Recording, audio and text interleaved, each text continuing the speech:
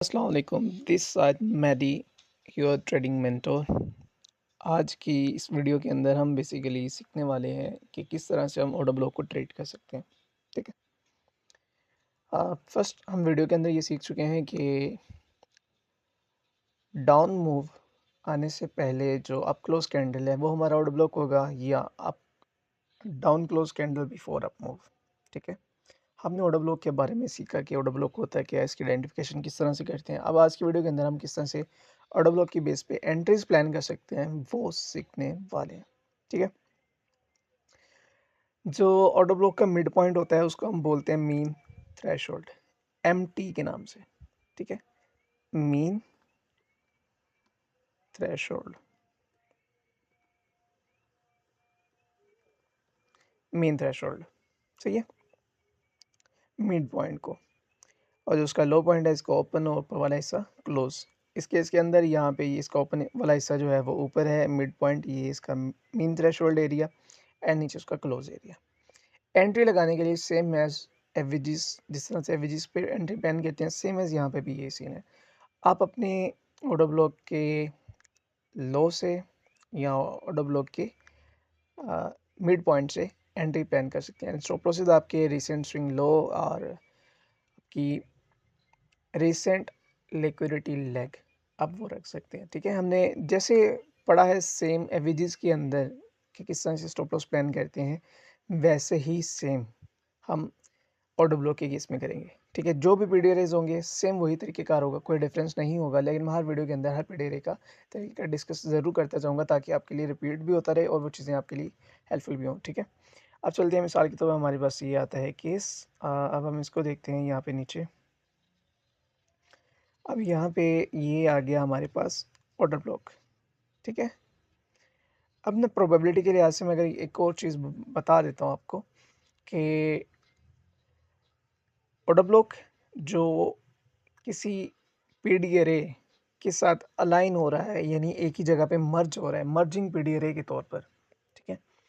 वो order block ज़्यादा अच्छा काम करता है, और या वो पीडी अरे अच्छा काम करता है जो किसी दूसरे पीडी अरे पे अलाइन हो रहा हो। ये बात आपने याद रखनी है टिल कोर्स एंडिंग।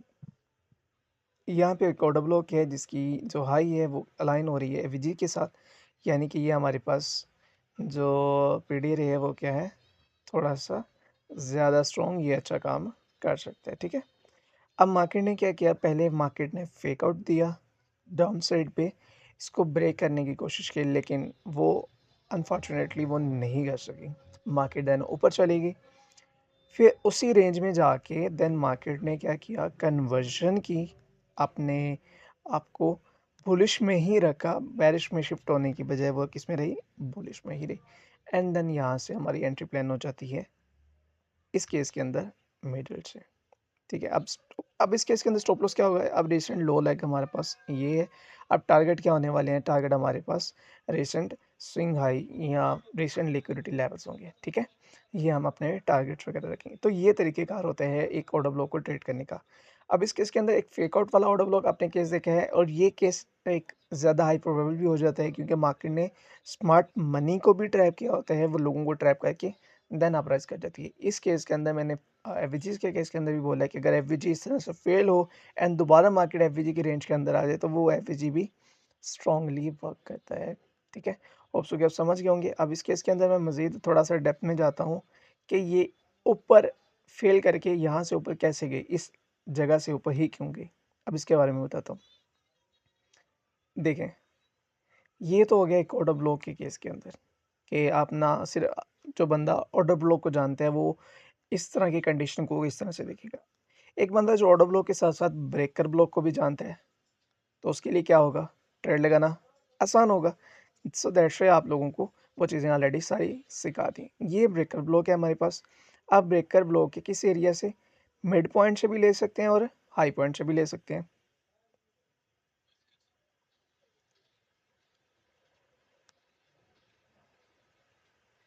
ओके, सो थोड़ा-सा नेट इश्यू की वजह से ये सीन हुआ है यहाँ पे। मिडल टाइम फ्रेम से या हाई से ही मार्केट रिवर्स ले सकती है। अब इस केस के अंदर अब अगर आप कहें कि ब्रेकर ब्लॉक की बेस पे एंट्री प्लान हुई है, तो ये भी गलत नहीं होगा। एंट्री लेने का तरीक़ेकार क्या है? सेम ही रहेगा, या तो आप हाई से ले सकते हैं या मिडल से ले सकते हैं। लेकिन हाई प्रोबेबल केस में यही बोलूँगा कि fear of missing opportunity, FOMO से बचने के लिए आपको हाई ही प्रेफ़र करूँगा कि आप हाई से प्लान करें। जो मेजरली अगर मैं ऑर्डर ब्लॉक के केस के अंदर बात करूँ, तो उसका मिडल एरिया, मिड पॉइंट जो है ना, वो ज़्यादा हाई प्रोबेबल होता है एंड मोस्टली वहाँ पे ही एंट्रीज़ बनती हैं। जितनी भी ज़्यादा एग्ज़ाम्पल्स देखेंगे तो वो आप मिडल में ही एंट्रीज़ देखेंगे, ठीक है? अब इस केस के अंदर मार्केट स्टार्ट से ही चली गई। ये ऑर्डर ब्लॉक है हमारे पास, इस केस में मार्केट स्टार्ट से ही चली गई है, ठीक है? एंड मार्केट बूम चली गई। उसके बाद हमारे पास यहाँ पे अगेन एक एफवीजी की एग्ज़ाम्पल आती है। मैं सारी चीज़ें देख रहा हूँ आपकी एग्ज़ाम्पल को वाज़ेह करने के लिए। किसके साथ एफवीजी अलाइन हो रहा है? एक ऑर्डर ब्लॉक के साथ and market perfectly order block के हाई से ही चली गई है, ठीक है?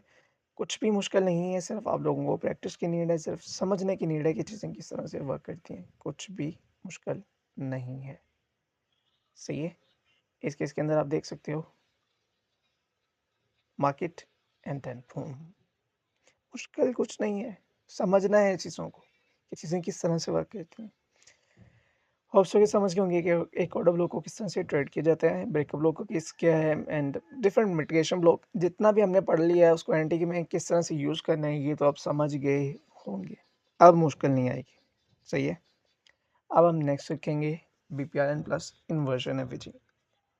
तब तक के लिए अल्लाह हाफिज़।